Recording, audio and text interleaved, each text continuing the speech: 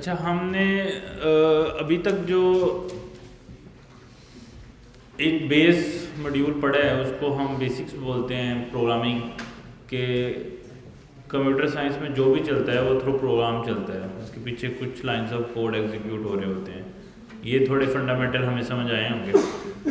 उसका कुछ सिंटैक्स भी हमने सीखने की कोशिश की है, फिर उसका एग्ज़ाम भी दिया है। लेकिन मेन कोर चीज़ ये थी कि प्रोग्रामिंग के अंदर जो भी सॉफ्टवेयर हम बनाते हैं, जिस भी बिज़नेस को हम ऑटोमेट करते हैं तो हम उसका सॉफ्टवेयर बनाते हैं और सॉफ्टवेयर के पीछे एक्चुअली कोड चल रहा होता है। तो ये उसके अंदर हम बहुत सारे लॉजिक्स बना सकते हैं। तो लॉजिक बिल्डिंग और कुछ बेसिक प्रोग्रामिंग हमने सीखी है। आज जो हमने कवर करना है वो ये है कि जब हम एक सॉफ्टवेयर बनाते हैं, अभी हमारा मेन फोकस है दो चीज़ें हैं। एक है कि सॉफ्टवेयर क्या होता है और वो कैसे बनता है, और दूसरा है कि उस सॉफ्टवेयर के अंदर एआई का क्या रोल है और इसको हम एआई नेटिव एप्लीकेशंस कैसे बना सकते हैं। यानी ऐसे सॉफ्टवेयर जो एआई से बनते हैं जिनके अंदर भी एआई होती है, उसको हम एआई नेटिव बोलते हैं। तो हम ऐसे सॉफ्टवेयर कैसे बना सकते हैं और एआई का उसमें क्या रोल है। तो सॉफ्टवेयर बनाने का एक आर्किटेक्चर है, ठीक है। हमने उसकी कोर तो देखी है कि कोई भी कंप्यूटर के अंदर कोई काम हमें करना है तो उसके लिए हमें प्रोग्रामिंग की ज़रूरत पड़ती है, क्योंकि प्रोग्रामिंग एक ऐसी ज़ुबान है जिसकी मदद से हम सॉफ्टवेयर लिखते हैं। जिस तरह ना हमें अगर हमें इंग्लिश में बोलना है तो हमें इंग्लिश लैंग्वेज सीखनी है, इसी तरह अगर हमें सॉफ्टवेयर लिखना है तो हमें सॉफ्टवेयर की लैंग्वेज सीखनी है। तो वो हमने पाइथन थोड़ी सी अंडरस्टैंडिंग बनाई है। तो बेस तो ये है, लेकिन इस सिर्फ लैंग्वेज से हम पूरा सॉफ्टवेयर नहीं बना सकते हैं। हमने डिस्कस किया था कि एक पार्ट होता है सॉफ्टवेयर के अंदर कि हमने बहुत सारा ऐसा काम जो पहले से हुआ है उसको रीयूज़ करना होता है to make the software faster. उसका गोल ये होता है कि हम जल्दी सॉफ्टवेयर बनाएं। अल्टीमेट गोल सॉफ्टवेयर बनाना है, तो सॉफ्टवेयर प्रोग्रामिंग से बनता है, इंस्ट्रक्शन से बनता है, और उसके लिए हमने पाइथन को सीखा है। लेकिन सिर्फ इंस्ट्रक्शन से हम प्रोग्राम करना शुरू करेंगे या सॉफ्टवेयर बनाना शुरू करेंगे सिर्फ पाइथन लैंग्वेज से, तो हमें बहुत ज़्यादा टाइम कंज्यूम होगा। अब उसके ऊपर बहुत सारे लोगों ने छोटे छोटे लाइब्रेरीज और छोटे छोटे मतलब प्रोजेक्ट्स बनाए हुए हैं जो सॉफ्टवेयर बनाने में हमें हेल्प करते हैं एट डिफरेंट स्टेज। लेकिन वो हेल्प की बात तो बाद में आएगी, पहले ये समझना पड़ेगा कि सॉफ्टवेयर एक्चुअली में वर्क कैसे करता है, उसके कौन कौन से मॉड्यूल और कंपोनेंट्स होते हैं जो आपस में मिलके उसको एक सॉफ्टवेयर बनाते हैं। अच्छा, सॉफ्टवेयर का एंड गोल जो है वो हमें समझ है कि किसी भी बिजनेस को अगर हमें ऑटोमेट करना है तो हमें उसका सॉफ्टवेयर बनाना पड़ता है। अदरवाइज़ पेपर पे मैनुअल मुझे ट्रांजैक्शंस करनी पड़ेंगी। अगर मुझे ऑटोमेट उसको करना है तो मुझे उसका सॉफ्टवेयर बनाना है, ताकि वो काम जो पहले मैं एज ए इंसान मैनुअली करता था वो ऑटोमेटिक हो जाए। फॉर एग्ज़ाम्पल, हम पहले ट्रांजैक्शन किसी से कोई पैसे ले रहे हैं या दे रहे हैं तो वो हम हाथ से लिखते थे कि मैंने इतने इसको ये चीज़ दे दी है और इसकी इतनी चीज़ जो है वो वापस मेरे पास आएगी। तो यूजुअली ये चीज़ जो है वो हमारे पास होती थी। अच्छा, उसके बाद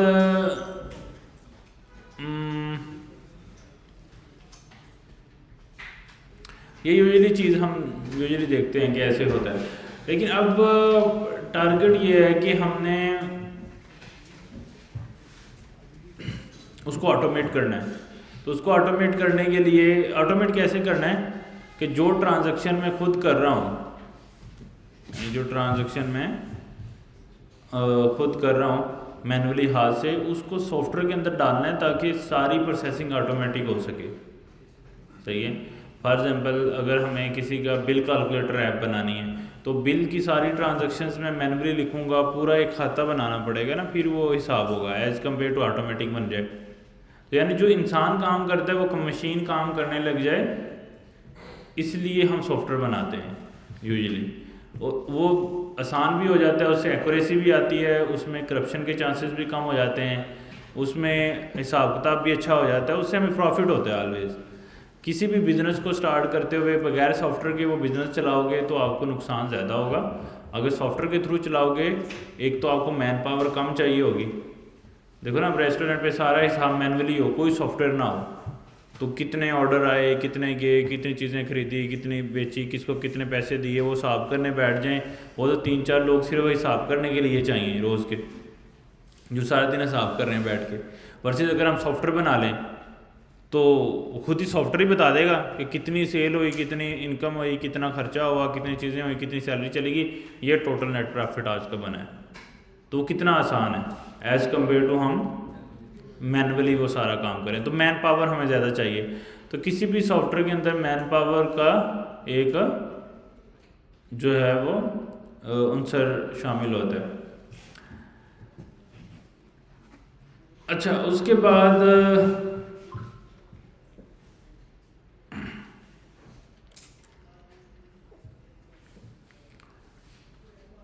यानी ये मेन गोल है, हम इस वजह से हम सॉफ्टवेयर बना रहे हैं, सीख रहे हैं। अब इससे एक चीज़ आगे की है कि जितने सॉफ्टवेयर आज तक बनते आए हैं ना दुनिया में, वो सॉफ्टवेयर क्या करते थे कि जहाँ हम स्टैटिक काम करते थे ना, जिसमें एक तरह के ट्रांजैक्शन करने हैं और उसमें कोई भी मशीन उस काम को ऑटोमेट कर रही है बट विदाउट इंटेलिजेंस, यानी उसके अंदर कोई अपना दिमाग यूज़ उसका नहीं हो रहा।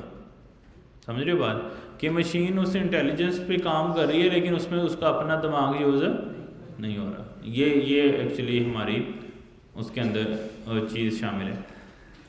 तो एआई क्या कहता है कि फॉर एग्जांपल उस दिमाग से क्या मुराद है, फॉर एग्जांपल वो ये तो हिसाब लगा पा रहा है कि कितने ऑर्डर हुए हैं, कितने नहीं हुए, एंड सो ऑन, सारी चीज़ें हिसाब लगा रहे हैं, ठीक है, हिसाब किताब के हमने ऐप सॉफ्टवेयर बनाया। लेकिन कुछ चीज़ें एक एज अ ह्यूमन मैं कुछ डिसीजन मेकिंग करता हूँ जो मशीन के अंदर एबिलिटी नहीं थी पहले, जैसे कि किन दिनों में सेल कम होगी, किन में ज़्यादा होगी, कौन से फैक्टर चल रहे हैं, क्या इशू आ रहा है, गर्मी है, सर्दी है, क्या मामला आते हैं, ओवरऑल कुछ डिसीजन मेकिंग्स होते हैं, कितने ऐड चलाने हैं। तो इसमें इंसान का दिमाग भी शामिल है। एक तो मशीन है ना हिसाब किताब कर रही है, लेकिन उस हिसाब किताब में इंटेलिजेंस नहीं है। उसको हमने जैसे ट्रेन किया, हमने जिसको कहना कि ऐसे ऐसे करो, वो हमेशा वैसे वैसे करता है, उसमें खुद से सोचने की कोई पावर है नहीं है। और जो ये हिसाब किताब वाले सॉफ्टवेयर हम बनाते थे ना, ये बड़े लिमिटेड थे। मतलब देखो ना, एक मैंने ये बोला कि इंसान पहले पेपर पे हिसाब कर रहा है तो हमने उसका सॉफ्टवेयर बना दिया। अब इंसान तो कॉल भी कर रहा है, कॉल आ रही है ऑर्डर लेने के लिए, तो मैनुअली ऑर्डर लेके उस सॉफ्टवेयर पे एंट्री कर रहा है, तो इंसान तो फिर चाहिए। अगर ज़्यादा कॉल्स आ रही हैं तो फिर ज़्यादा इंसान चाहिए। अब इसको कैसे ख़त्म करें? जो दूसरा सॉफ्टवेयर है हिसाब किताब वाला, वो तो बनाना फिर भी आसान है। वो क्यों? क्योंकि उस सॉफ्टवेयर के अंदर कोई इंटेलिजेंस रिक्वायर्ड नहीं है। एक ही ऑर्डर करना है, ऑर्डर ख़त्म होना है, फिर ऑर्डर कर दिया, सेल देख ली, चीज़ें तो वो फिक्स चीज़ें हैं, उसमें कोई दिमाग रिक्वायर्ड नहीं है। वो फार्मूले फिक्स हैं कि सेल का मतलब क्या है, ऑर्डर का मतलब क्या है, चीज़ें कैसे कैलकुलेट होती हैं, टोटल इनकम कैसे कैलकुलेट होनी है, टैक्स कैसे कैलकुलेट होना है, वो सब स्टैटिक चीज़ें हैं। वो आप इंसान से करवा लो, मशीन से करा लो, उसमें दिमाग रिक्वायर्ड नहीं है, क्योंकि वो चीज़ें फिक्स हैं ना, हर चीज़ क्लियर है, पहले से स्ट्रेट फॉरवर्ड चीज़ है, एंट्री कर दी, मामला सेट हो जाएगा। लेकिन कुछ चीज़ें हमें जो है वो खुद इंसान के तौर पे मैनेज करनी पड़ती हैं। जैसे कि वो कॉल कर रहा है तो कॉल पे ऑर्डर रिसीव करना है, कोई बंदा फ़ोन कर रहा है मेरा ऑर्डर कितना बन गया, उसको डिटेल बतानी है ऑर्डर की। फिर रेस्टोरेंट की भी हम बात करते हैं, फॉर एग्जांपल, फिर जी एक मैनेजर चाहिए, एक रिसेप्शनिस्ट चाहिए, एक वेटर चाहिए, एक बनाने वाला चाहिए। अब ये कुछ ऐसे लोग हैं जिनको हम ऑटोमेट नहीं कर पा रहे, अल्टीमेट ऐसी है ना, ठीक है। हिसाब किताब वाला एक बंदा हम एक्स्ट्रा और रख सकते हैं, एक हमने कम किया है, लेकिन अभी रेस्टोरेंट में बहुत सारे लोग हैं जिनका हमने मसला हल नहीं किया। अब वो क्यों नहीं हो पा रहा था सॉफ्टवेयर के थ्रू? क्योंकि सॉफ्टवेयर इंटेलिजेंट नहीं होता। ये सॉफ्टवेयर था लेकिन इंटेलिजेंट नहीं था। अब एआई ने आके इस मसले को हल करना शुरू किया। अभी जो इतनी हाइप है ना, वो क्या है कि जो इंसान काम करते हैं वो एआई काम करे, समझ रहे हो? तो सॉफ्टवेयर ने भी पहले कुछ इंसानों की नौकरी को ख़त्म किया था, जब मतलब इंटरनेट आया, सॉफ्टवेयर आया, चीज़ें जो मैनुअली हिसाब करते थे उनकी जगह मशीन हिसाब करने लगी, तो उनकी तो जॉब खत चली गई ना, जो क्लर्क वगैरह थे कुछ इस ना सर्टन लेवल के। इसी तरह अब जो वहाँ पे कॉल रिसीव कर रहे हैं, जो काम कर रहे हैं, जो वेटर हैं, चीज़ें हैं, ये प्रॉब्लम भी वो सॉल्व करना चाह रहे हैं थ्रू एआई। इसका मतलब है कि सिर्फ सॉफ्टवेयर रिक्वायर्ड नहीं होगा, सॉफ्टवेयर इंटेलिजेंट होना रिक्वायर्ड होगा, जो इंसान की तरह सोच सके, जो अगले यूज़र ने बात की है उसकी बात की तरह एक्ट कर सके, और उसकी बात को समझ के जैसे इंसान रिस्पॉन्ड करता है वैसे रिस्पॉन्ड कर सके। ये मेन टारगेट है एक्चुअली। तो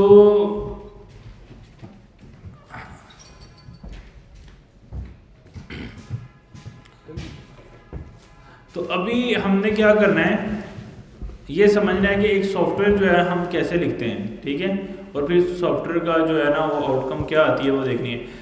अब मैंने दो पार्ट समझाया ना आपको, एक ओल्ड सॉफ्टवेयर जो स्टैटिक काम करता है, और एक उसमें इंटेलिजेंट कंपोनेंट जो इंसानों की तरह जिस तरह देखते हैं, सुनते हैं, बोलते हैं वैसा एक्ट करे। तो अब दो तरह की बहस हो रही है इस दफ़ा। एक तो पुराने सॉफ्टवेयर हैं, पुराने सॉफ्टवेयर लिखना वो अभी एआई भी सारा लिख पा रहा है, और एक उसमें एआई का कंपोनेंट उसमें शामिल करना, ये दोनों चीज़ों के ऊपर डिस्कशन जो है वो जारी है।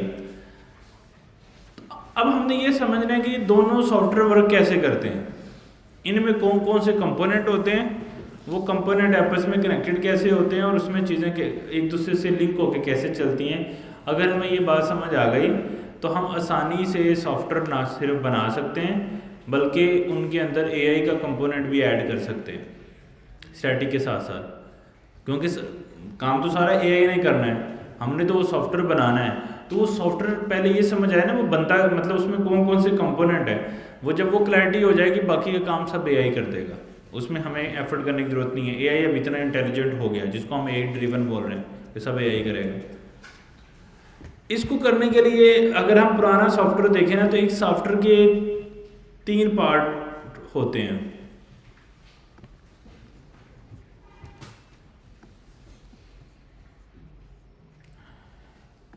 एक सॉफ्टवेयर के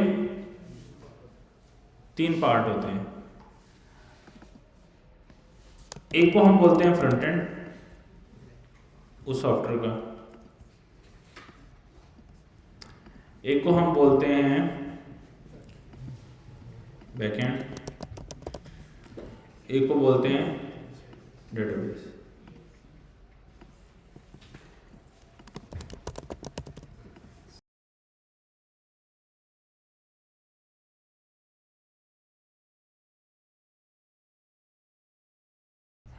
ये 3 सॉफ्टवेयर होते हैं, फ्रंट एंड, बैक एंड और डेटाबेस।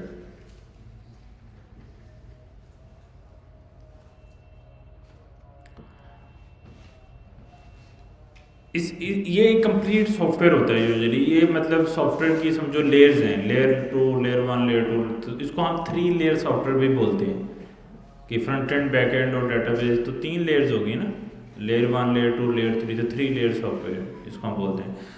अब ये कोई भी सॉफ्टवेयर दुनिया में आपने आज तक यूज़ किया है ना, वो इसी मैकेनिज़्म पे चल रहा है।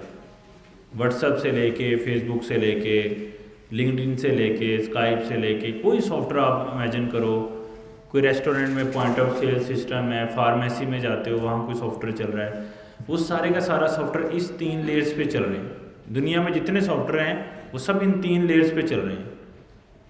जो इसका फ्रंट एंड पार्ट है वो ये है जिससे यूज़र इंटरेक्ट करता है।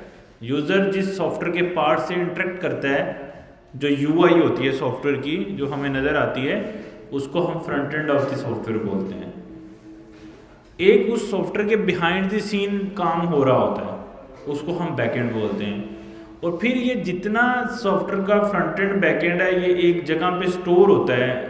Usually front end back and ने एक काम करना होता है, वो ये होता है कि डाटा को स्ट्रीमलाइन करके सेव करना। Software is nothing, is all about data. Software क्या करता है? डाटा मेंटेन करता है और रिटेन।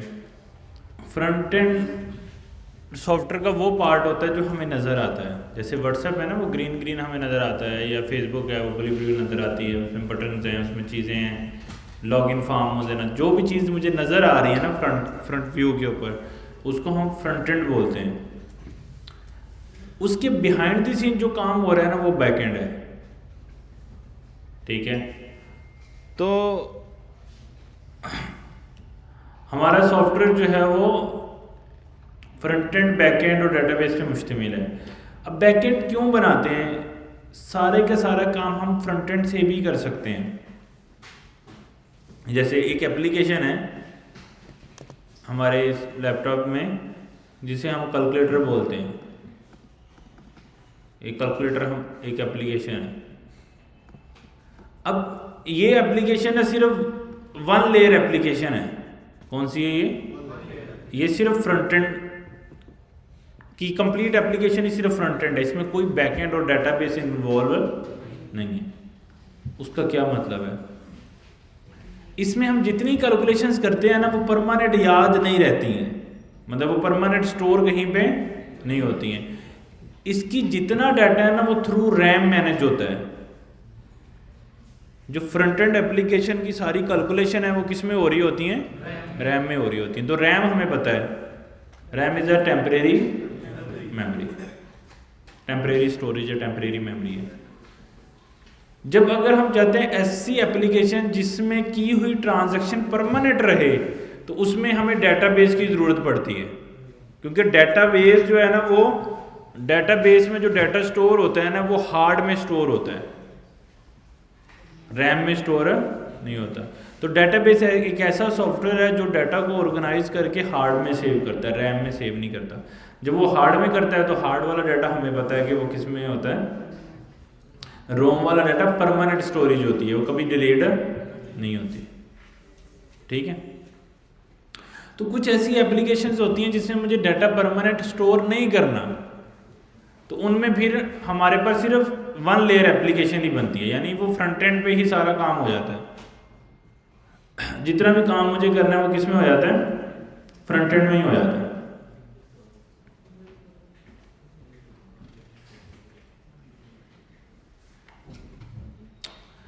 इसी तरह अगर मुझे वो ऐसी एप्लीकेशन बनानी है जिसका, अभी कैलकुलेटर टेम्परेरी मेमोरी क्यों है? क्योंकि ये कुछ भी याद नहीं रखता है। मैं जितनी कैलकुलेशंस करता हूँ ये भूल जाता है। हम जब भी कैलकुलेटर खोलते हैं वो बिल्कुल ब्लैंक होता है, हम फिर उस पर काम कर सकते हैं, फिर ट्रांजैक्शन की, फिर वो ब्लैंक हो जाता है। क्योंकि वो जो कुछ भी सेव होता है वो टेम्परेरीली सेव होता है, परमानेंट ट्रांजैक्शन नहीं होती है। लेकिन जब हम फेसबुक वगैरह पे या व्हाट्सएप पे कोई मैसेज करते हैं, वो क्या होता है? वो परमानेंट होता है, कभी डिलीट नहीं होता। यानी हम लैपटॉप ऑन करें ऑफ करें वो फिर भी आ जाता है। वो क्यों? क्योंकि उसको हमने परमानेंटली स्टोर किया हुआ है, हार्ड ड्राइव में, रोम में स्टोर किया, रैम में स्टोर नहीं किया। तो हमारा जो सॉफ्टवेयर है वो वन लेयर भी हो सकता है, 3 लेयर भी हो सकता है, और 2 लेयर भी हो सकता है। 1 2 3 लेयर हो सकते हैं सॉफ्टवेयर।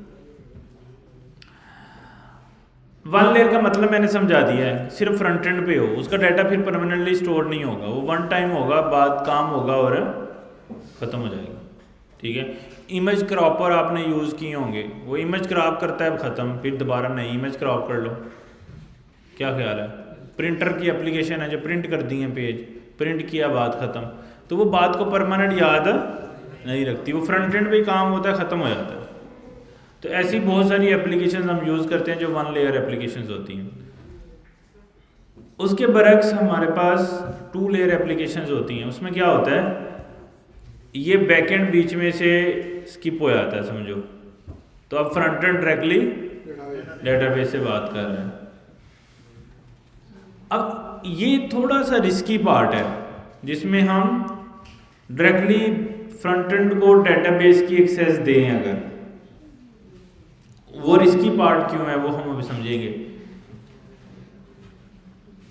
चूंकि मैंने भी बताया जो फ्रंट एंड पे नज़र आने वाला जितनी यूआई है वो यूज़र की डिवाइस के अंदर खुलती है, ऐसे ही है या नहीं?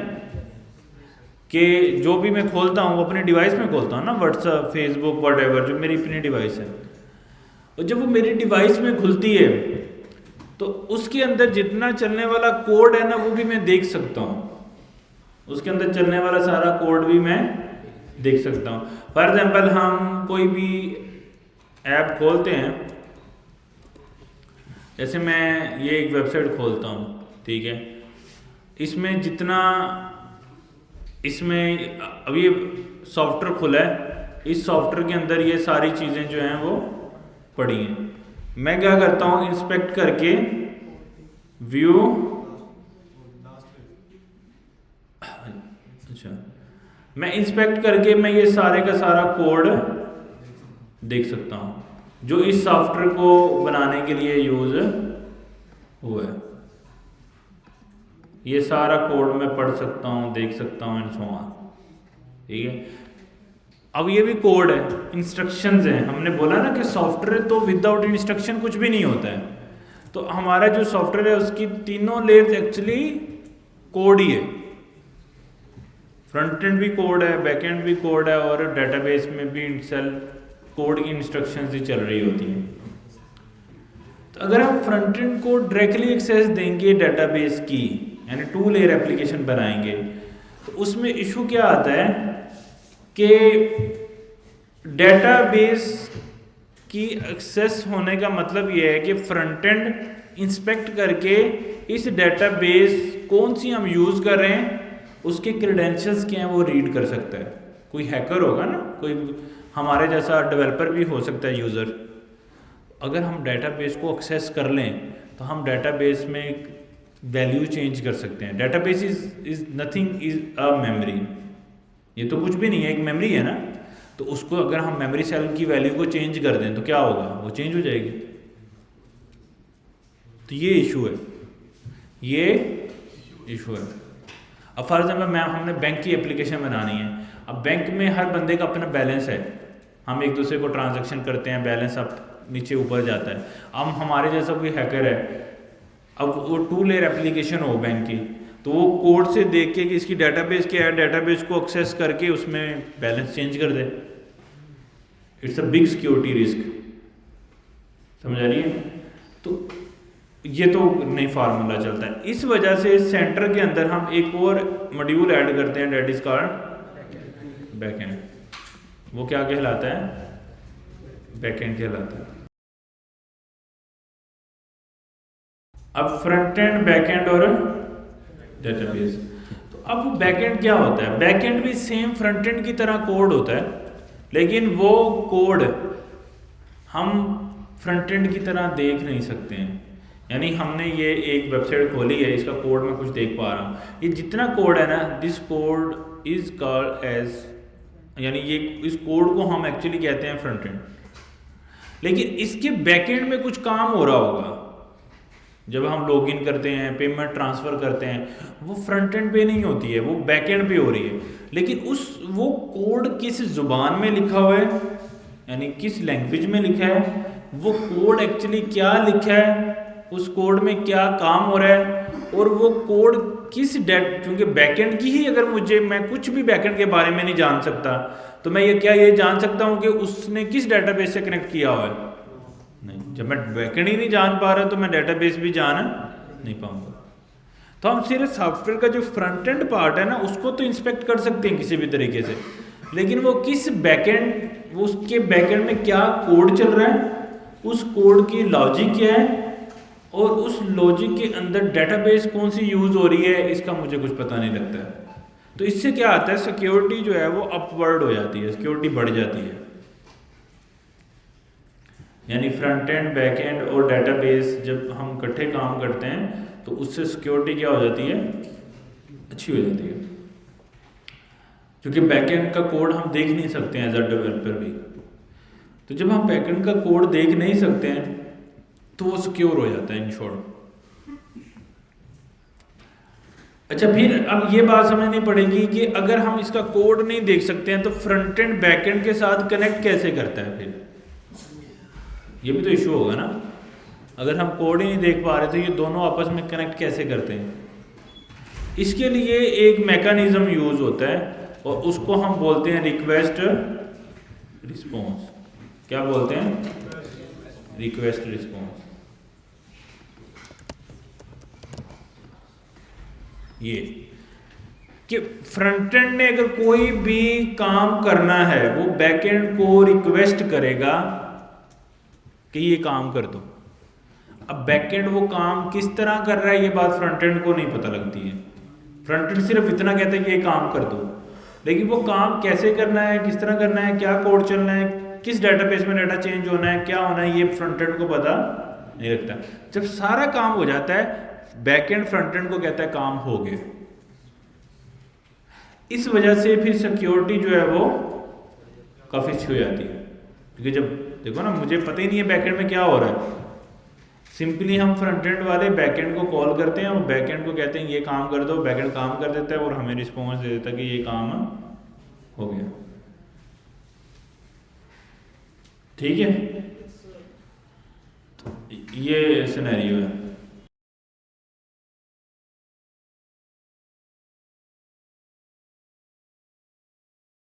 अच्छा, अब चूंकि ये रिक्वेस्ट रिस्पॉन्स का फंडामेंटल है, तो इस फंडामेंटल के अंदर फ्रंट एंड क्या काम कर रहा है, बैक एंड क्या काम कर रहा है, सॉरी फ्रंट एंड और बैक एंड की आपस में सिमिलरिटी रिक्वायर्ड नहीं है कि फ्रंट एंड किस जुबान में लिखा है और बैक एंड किस जुबान में लिखा है, इन दोनों का आपस में सेम होना जरूरी नहीं है। और फिर हमने बैक एंड भी डेटाबेस के कोड को देख नहीं सकता है, तो अगर नहीं देख सकता है तो इधर भी क्या मैकेनिज्म होगा, रिक्वेस्ट रिस्पॉन्स। तो उससे और भी सिक्योरिटी बेहतर हो जाती है ना, रिक्वेस्ट और रिस्पॉन्स। तो ये कंप्लीट सॉफ्टवेयर का आर्किटेक्चर है, 3 लेयर आर्किटेक्चर जिसे बोलते हैं। कि हम फेसबुक को चलाते हैं तो फेसबुक की यूआई हमें नज़र आ रही है, तो हम लाइक पे क्लिक करते हैं या कमेंट करते हैं, तो फ्रंट एंड बैक एंड को बोलता है कि फ़लाँ पोस्ट पे फ़लाँ चीज़ पे यूज़र ने ये काम किया है। बैक एंड कहता है ठीक है, जो इन्फॉर्मेशन फ्रंट एंड ने दिया है फिर फर्दर वो अपनी प्रोसेसिंग करता है और डेटाबेस को क्या करता है, अपडेट कर देता है।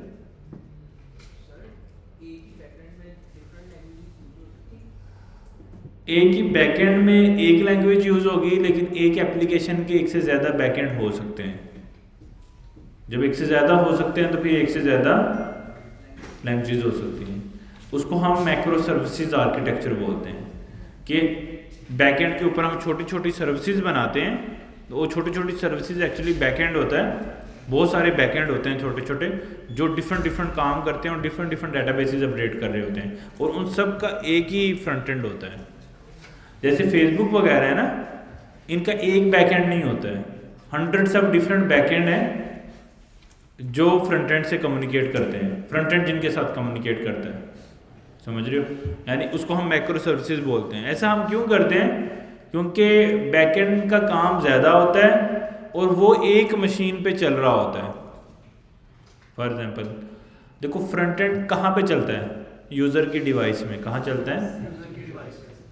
अब मेरी डिवाइस, आपकी डिवाइस, सबकी डिवाइस है, हम सबकी डिवाइस के कुछ रिसोर्सेज हैं, यानी मतलब 2 GB रैम वटेवर जो भी रिसोर्सेज हैं, या लैपटॉप पे है तो 16 GB रैम वटेवर जो भी रिसोर्सेज हैं। अब जब हम सबके अपने अपने रिसोर्सेज हैं, तो जो फ्रंट एंड का लोड है क्या वो मैटर करता है? नहीं करता। क्यों? क्योंकि वो कहाँ चलना है? यूज़र की। हर यूज़र, अब मेरा फ़ोन स्लो है तो मुझे नया परचेज करना पड़ेगा। अब इसका ऐप बनाने वाले के साथ तो कोई लिंक नहीं है, तो उससे लोड का इशू नहीं होता। लेकिन जो बैकएंड है वो तो जितने भी दुनिया में यूज़र हैं जो उस एप्लीकेशन को यूज़ करें, यानी फेसबुक को हम सब यूज़ करते हैं, लेकिन फेसबुक को हम अपने लैपटॉप, अपनी मशीन पे यूज़ करते हैं, लेकिन जो उसका बैकएंड है वो तो हमें नहीं पता ना कहाँ है, वो कहाँ चल रहा है। वो फेसबुक वालों, फेसबुक का जो ओनर है उसने कोई बड़ी सी मशीन परचेज की हुई है जिसके अंदर वो चल रहा है, और उस मशीन को यूजुअली हम सर्वर बोलते हैं। क्या बोलते हैं? सर्वर बोलते हैं। वो इस तरह से नज़र आता है ऐसे। ये बड़ी सारी मशीन है जिसमें बहुत सारी वायर चीज़ें ऐसे, इसकी स्क्रीन रिक्वायर्ड नहीं होती है सर्वर की, क्योंकि उसको कौन सा देखना है हमने कि क्या हो रहा है उसके अंदर। तो बगैर स्क्रीन के ये इस तरह से बड़े बड़े सर्वर्स लगे होते हैं जिनमें बहुत सारे ऐसे हार्डवेयर लगे होते हैं। ये पूरे पूरे रूम होते हैं जिसके टेम्परेचर वगैरह मेंटेन होता है। अब इतना बड़ा सर्वर क्यों लगाना है? क्योंकि देखो यहाँ पे तो लोड डिस्ट्रीब्यूट हो रहा है बेस्ड ऑन यूज़र की डिवाइसेस, लेकिन ये सब किसको रिक्वेस्ट कर रही हैं? एक बैकएंड को। बहुत सारा फ्रंट एंड किसको रिक्वेस्ट कर रहा है? एक ही बैकएंड सर्वर को रिक्वेस्ट कर रहा है। जब बहुत सारा यूजर एक ही बैकएंड सर्वर को रिक्वेस्ट कर रहा है तो उससे लोड जो है वो क्या हो जाता है? काफी बढ़ जाता है। तो समझो ये एक बैकएंड सर्वर है हमारे पास और ये हमारे पास है लिस्ट ऑफ यूजर्स ऐसे। अब ये जब इसको कर रहे हैं, ये भी यूजर हैं, हो सकता है कोई और ग्रुप ऑफ यूजर भी इसको रीच आउट कर रहे हो, ये भी इसी से बात कर रहा है, फिर कोई दूसरा यूजर है वो भी इससे बात कर रहा है। तो बहुत सारे यूजर एक ही सर्वर से बात कर रहे हैं, यानी लाखों यूजर एक ही सर्वर से बात कर रहे हैं। अब ये भी एक मशीन है, अब ये इसकी प्रोसेसिंग देखे, इन यूजर की प्रोसेसिंग देखे, किस किस की प्रोसेसिंग करे। और सम टाइम क्या होता है कि हम एट द सेम टाइम उसको यूज कर रहे हैं। जब हम at the same time use कर रहे हैं तो इसके ऊपर क्या आ रहा है? बहुत लोड आ रहा है। इसलिए अक्सर आपने एप्लीकेशन देखी होंगी, वो जब उन पे बहुत ज़्यादा यूज़र उनको यूज़ करते हैं तो वो स्लो हो जाती हैं। अगर वो सिर्फ वन लेयर एप्लीकेशन हो ना, वो कभी स्लो ना हो, क्योंकि उनका लोड तो उनकी डिवाइस के ऊपर आना है। लेकिन जैसे कोई बोर्ड का एग्ज़ाम का अनाउंस होता है या कुछ होता है ऐसा, तो वो वेबसाइट डाउन हो जाती है। क्यों? क्योंकि यूज़र की डिवाइस तो हैंडल कर रहा है अपना लोड, लेकिन जब रिक्वेस्टें एट द सेम टाइम जाती हैं एक स्पेसिफिक टाइम के ऊपर, तो जो सर्वर है वो क्रैश कर जाता है उसमें। यानी उसकी स्पेसिफिक रिसोर्सेज है ना, उसमें एक 100 GB रैम लगी है, 100 GB रैम फिल हो गई है, तो फिर क्या होगा? तो वो क्रैश हो जाता है। तो वो क्यों क्रैश हो जाता है? क्योंकि उस पर जितने यूज़र हैं उन्होंने एक सर्वर को रिक्वेस्ट करनी है, मतलब एक ही डेटाबेस से सारे फ्रंट एंड ने बात करनी है। फ्रंट एंड तो डुप्लीकेट हो गए हैं क्योंकि यूज़र की डिवाइस के लिहाज से फ्रंट एंड डुप्लीकेट होते जा रहे हैं, लेकिन ये सारी की सारी रिक्वेस्टें तो किसी एक प्लेस के ऊपर ही जा रही हैं। जितनी भी रिक्वेस्टें हैं वो सारे एक ही सर्वर पे जा रही हैं। ऐसे लाइन लगी है उसके ऊपर, जब उस पर लाइन लगी है तो वो सारे के सारे यूज़र को रिस्पोंड कर रहा है सर्वर, तो सर्वर जो है वो स्लो हो जाता है। इसीलिए यहाँ पे इतनी बड़ी मशीन वो लगाते हैं ताकि उस सर्वर का लोड बैलेंस किया जा सके। तो देखो ना, यूजुअली अगर मैं एक सॉफ्टवेयर यूज़ कर रहा हूँ, मैं अकेला यूज़ करता हूँ इस लैपटॉप को, अगर मैं इस पर ज़्यादा हैवी कोई काम करूँगा ये स्लो हो जाएगा।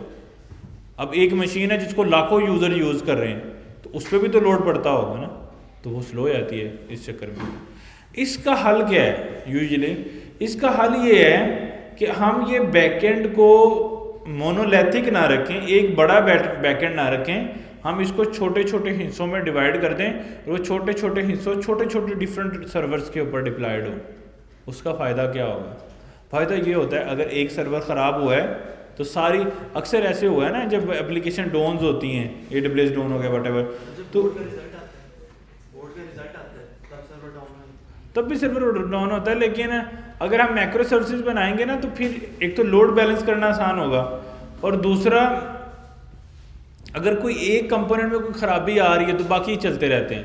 अक्सर हमने देखा है ऐसी एप्लीकेशन यूज़ करते हुए कि कुछ चीज़ें चल रही होती हैं और कुछ नहीं चल रही होती। वो क्यों? क्योंकि वो मैक्रो अगर वो एक ही बैकएंड होगा तो पूरा बैकएंड या चल रहा है या नहीं चल रहा। छोटे छोटे हिस्से बनाएंगे तो कुछ सर्विसेज हो सकता है चल रही हैं और कुछ सर्विसेज नहीं चल रही, ऐसा भी होता है समटाइम।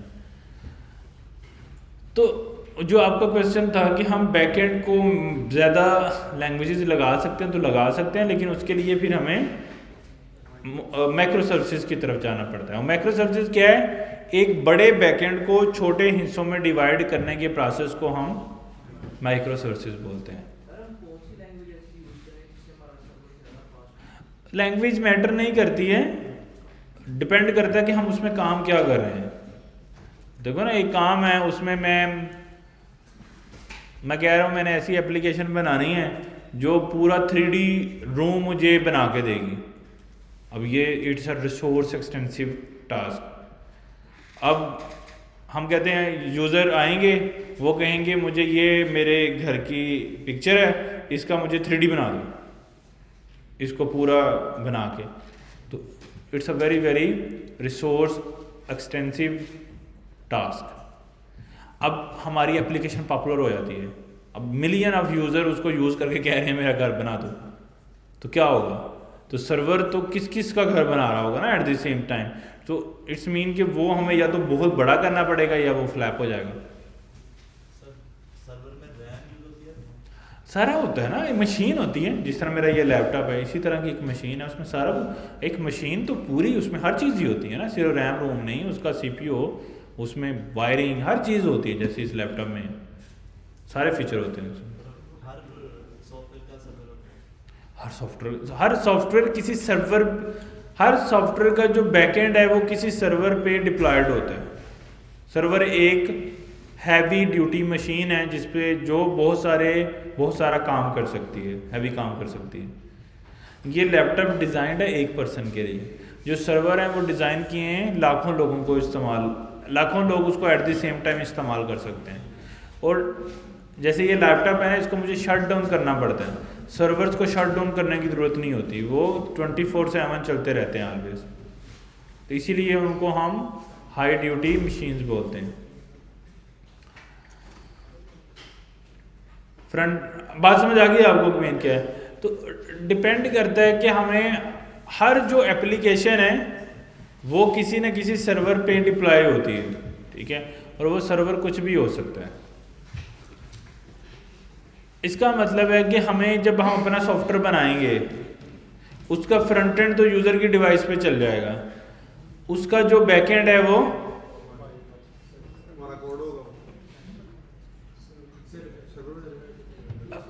हमें कोड तो हमारा होगा, लेकिन उसको हमें चलाने के लिए सर्वर रिक्वायर्ड होगा। अब वो सर्वर हमें कैसे मिलता है? हम या तो अपना प्राइवेट सर्वर लगाएं, मैं अपनी इस मशीन को भी सर्वर बना सकता हूँ वैसे लैपटॉप को भी, लेकिन ये तो एक इंसान के यूज़ करने के लिए बना है ना। जब इसको ज़्यादा लोग यूज़ करेंगे तो क्या होगा? गर्म हो जाएगा, स्लो हो जाएगा। तो इसके लिए अगर मुझे अपना कोई सॉफ्टवेयर बनाना है तो बैकएंड मैंने चाहे अपने लैपटॉप में बना लिया, लेकिन उसको यूज़र को देने के लिए तो मुझे उसका क्या लेना पड़ेगा? सर्वर परचेज करना पड़ेगा। अब सर्वर या तो मैं खुद से, जिस तरह मैंने ये मशीन परचेज़ की हुई है लैपटॉप, ये मेरा ही है, और इसको यूज़ करने के मैं किसी को पैसे नहीं देता हूँ क्योंकि ये मैंने चीज़ पे करके ख़रीद ली है। अब या तो हम पे करके पूरा सर्वर ख़रीद लें तो फिर वो मेरा हो जाएगा लाइफ टाइम के लिए, लेकिन मशीनरी में लाइफ टाइम कुछ नहीं होता, वो ख़राब होती है ना, हार्ड ख़राब होती है, रैम ख़राब होती है, कुछ भी ख़राब हो सकता है, तो वो मुझे दोबारा फिर रिपेयर करना पड़ेगा। लेकिन कह लेंगे उसकी कोई लिमिट नहीं होगी, वो 24/7 मेरा होगा, मैं जैसे मर्जी उसको यूज़ करूँ, ऐसा भी एक तरीका हो सकता है। लेकिन एक सर्वर कितने पावर का खरीदना है वो मैटर करता है, वो डिपेंड करेगा मेरे पास यूज़र कितने हैं। तो अब ये मुझे कैसे पता लगेगा कि मेरे पास यूज़र कितने आएंगे? 100 आएंगे, लाख आ जाएंगे, मिलियन आ जाएंगे, बिलियन आ जाएंगे, मुझे क्या पता है कितने यूज़र आ जाएंगे? वो तो नहीं पता ना मुझे, अप टू मतलब पहले से तो नहीं पता कि कितने आएंगे।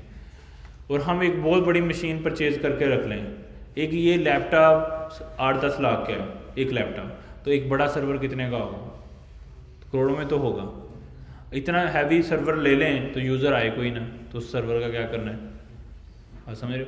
इसलिए क्या होता है, जब कोई चीज़ जिसको हम परचेज पावर जिसकी नहीं रखते हैं ना, वहाँ पे रेंटल सिस्टम आ जाता है। जैसे हम गाड़ी नहीं ले सकते तो हम रेंट करते हैं, 1 टाइम के लिए लेते हैं, उसको पे कर देते हैं। हम घर नहीं ले सकते तो हम रेंट करते हैं। तो हर वो चीज़ जो मेरी परचेजिंग पावर से ऊपर जाती है तो मैं उसका क्या करता हूँ? रेंट करता हूँ। अब ये सर्वर भी फिर हम क्या करते होंगे? रेंट करते होंगे। तो बहुत सारी कंपनीज हैं जिन्होंने सर्वर लगाए हुए हैं और वो सर्वर हमें सर्वर लगाए हैं और वो हमें वो रेंट पे देते हैं। अब पैसे करो, किसने लगाए हैं? गूगल ने लगाए हैं। गूगल, माइक्रोसॉफ्ट, AWS, इन सब का बिजनेस क्या है? इन सब का बिजनेस क्या है? ये रेंटल सर्वर की सर्विसेज देते हैं, जिसको हम क्लाउड बोलते हैं। क्लाउड भी इसी चीज़ को बोलते हैं। उन्होंने ये इस तरह की मशीन्स लगा ली हैं अपने पास हैवी, लेकिन डेफिनेटली इसको लगाने का भी बहुत खर्चा होता है। एक तो ये प्री इन्वेस्टमेंट है। देखो ना, हम किसी से घर क्यों लेते हैं? क्योंकि हम पैसे नहीं इतने लगा सकते, और जिसने लगाए हैं उसने इन्वेस्टमेंट की हुई है ना, तो इसीलिए वो रेंट कर पा रहे हैं ना। इसीलिए जिसने कार ली हुई है, गाड़ी ली हुई है, अगर आप उससे रेंट ले रहे हो तो इसका मतलब कि आपके पास पैसे नहीं है, उसके पास हैं, उसने उसका इन्वेस्टमेंट की हुई है। तो ये भी पूरे रिसोर्सेज की उन्होंने इन्वेस्टमेंट की हुई है, और उनका बिजनेस ही ये है कि वो बहुत सारी इन्वेस्टमेंट करके बहुत सारे नेटवर्क इंजीनियर चीज़ें, एसी, बिजली की खर्चे, हर चीज़ वो पे बियर करते हैं। करने के बाद जो नेट इनकम उनके पास आती है वो स्टिल प्रॉफिट में होते हैं। तो फिर उसके हिसाब से वो प्राइस निकालते हैं कि मैं इतने में आपको सर्वर दे दूंगा, इतनी कैपेसिटी का। अब इनका बिजनेस ऐसे काम करता है, जितना बड़ा आपने लेना है, जितनी ज़्यादा पावर का लेना है, उतने ज़्यादा पे करना है आपको।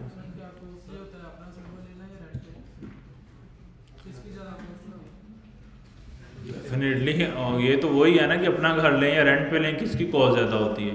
तो वो ज़मीन समान का फ़र्क है ना कॉस्ट में। तो छोटे छोटे सॉफ्टवेयर होते हैं कि फार्मेसी बना लिया, या तो वो भी सर्वर सीधा रेंट पे लेते हैं, वो अपना छोटा मोटा लैपटॉप या किस तरह मशीन लेके रखते हैं? नहीं, वो भी रेंट पे लेते हैं।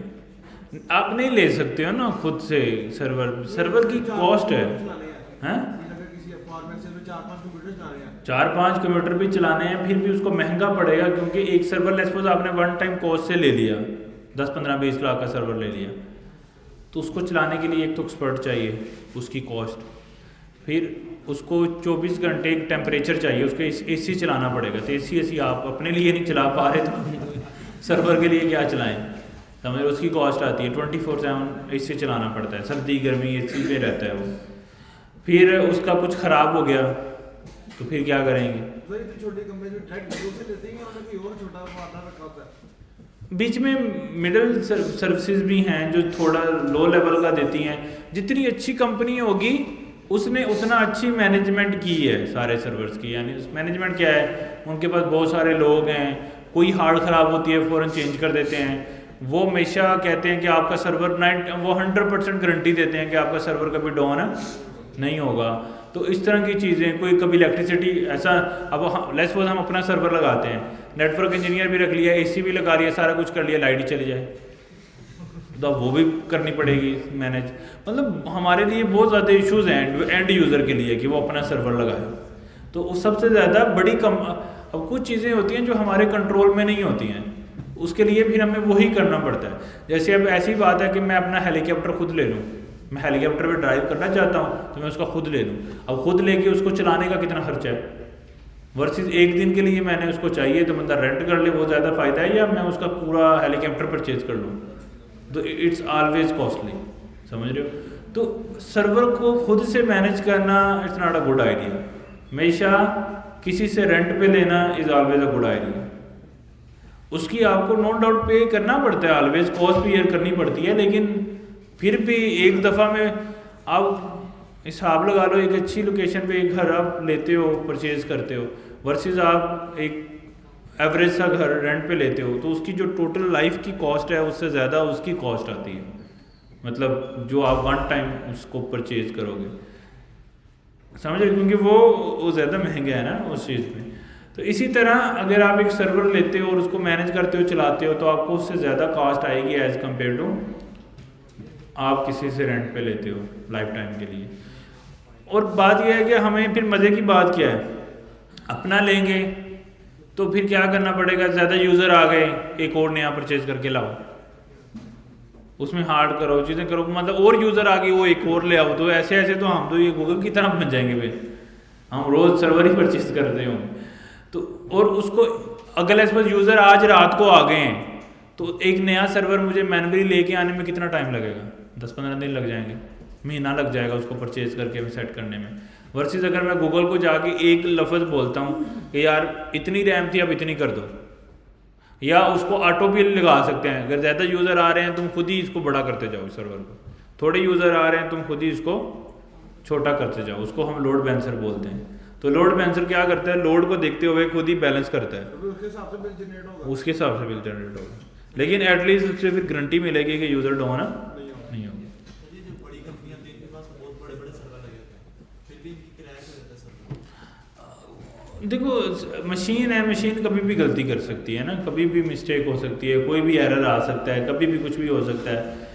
देखो अगर वो इतना कुछ करके भी वो एरर 100% इमीडिएट नहीं कर पाए तो हम एज अ एंड यूज़र कैसे कर लेंगे छोटी सी चीज़।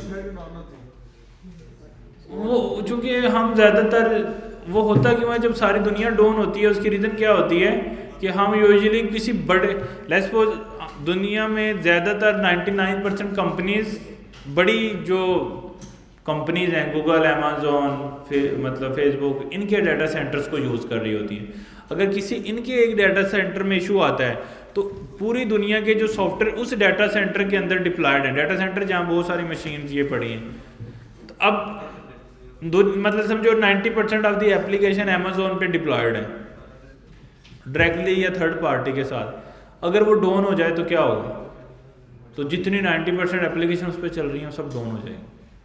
डाउन होने से मुराद क्या है, एक मशीन में मेरा सॉफ्टवेयर चल रहा है, वो मशीन के अंदर पावर कट ऑफ हो जाए तो वो मशीन बंद हो गई, जब मशीन बंद होगी तो सॉफ्टवेयर बंद हो जाएगा। तो इसलिए ये इशू रहता है ऑलवेज। तो हमारा फिर बेहतर हल क्या है कि हम फ्रंट एंड को किससे कनेक्ट करेंगे, बैक एंड से, और बैक एंड हमारी मशीन पे डिप्लॉय होता है जिसको हम सर्वर बोलते हैं, और फ्रंट एंड जो है वो यूज़र की डिवाइस पे चल रहा होता है, जैसे फ़ोन में आईफोन में चल रहा है, एंड्रॉयड में चल रहा है, लैपटॉप में चल रहा है, डेस्कटॉप में चल रहा है, वो फ्रंट एंड वहाँ पे चल रहा होता है। लेकिन बैक एंड हमारी मशीन में चल रहा होता है जिसको हम सर्वर बोलते हैं। इसी तरह डेटाबेसेस है, डेटाबेसेस भी हम यूज़र की डिवाइस में तो नहीं रखेंगे ना, वो भी हमारे ही किसी सर्वर पे पड़ी होगी, तो वो भी हम रेंट करते हैं। डेटाबेस की जो स्टोरेज है उसको भी हम रेंट करते हैं। वो भी दुनिया की बड़ी कंपनीज हैं जो रेंट पे करती हैं, तो उसको हम कहते हैं।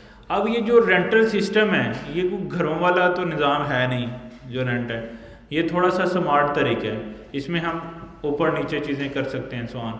इसको हम दूसरे लफ्ज़ों में होस्टिंग भी बोलते हैं, कि होस्ट मतलब कोई सर्वर हमें होस्ट कर रहा है, हमें स्पेस दे रहा है, तो इसलिए इसको वर्ड होस्टिंग भी बोलते हैं हम। तो लेकिन सबसे बेनिफिट ये है कि हम कभी भी ऊपर नीचे जा सकते हैं, कभी भी ख़त्म कर सकते हैं।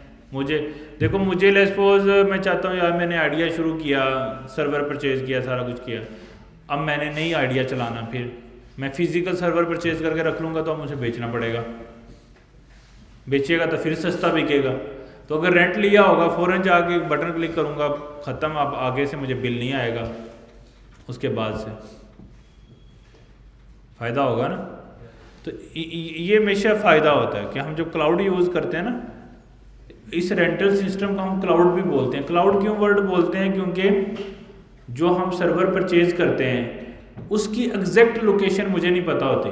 एग्जैक्ट मतलब कि कहाँ से मेरा डाटा राउट हो रहा है, तो हमारे लिए वो क्लाउड से हो रहा है, मुझे नहीं पता वो कहाँ पे है।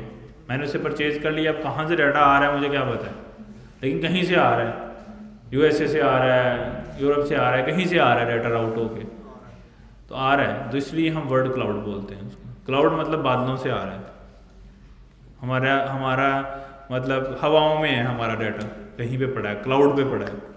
लेकिन क्लाउड मतलब हमें नहीं पता कहाँ पड़ा है, कहीं पड़ा है, लेकिन वो नेचुरली क्लाउड में नहीं पता है, पड़ा तो वो किसी मशीन में ही है, वो मशीन किसी न किसी लोकेशन पे पड़ी है, और वो लोकेशन उस लोकेशन को हम डाटा सेंटर्स बोलते हैं।